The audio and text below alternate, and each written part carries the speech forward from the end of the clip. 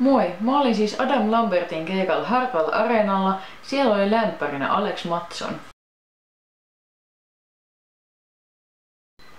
Siinä jonottaessa mä tutustuin 3 uuteen tyttöön ja meistä tuli heti tosi hyviä kavereita. Tässä on kuva meistä jonossa. Ovet aukesi siis 6:30 illalla ja sitten narikan jälkeen me mentiin heti jonottaa Permannolle ja tässä on meistä kuva Permannolle jonottamassa.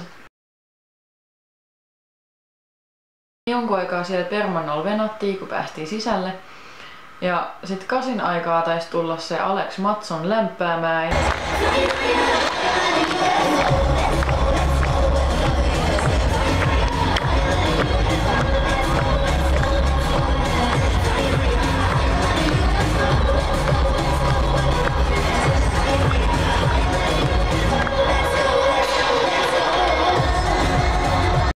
Se Alex Mattsson lopetti joskus 9:20 aikaa ja 9 Adamin olisi pitänyt aloittaa se keikkansa, mutta se tulikin vasta 9:25.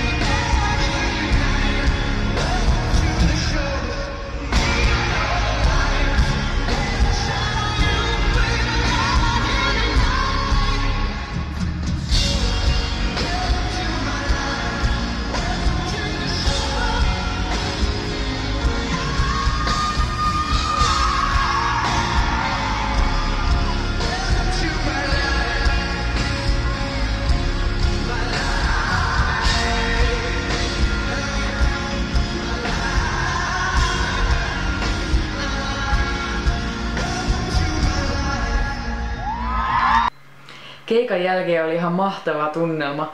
Kiitti vielä tytöt seurasta ja oli aivan mahtavaa, kun te olitte mun kanssa siellä.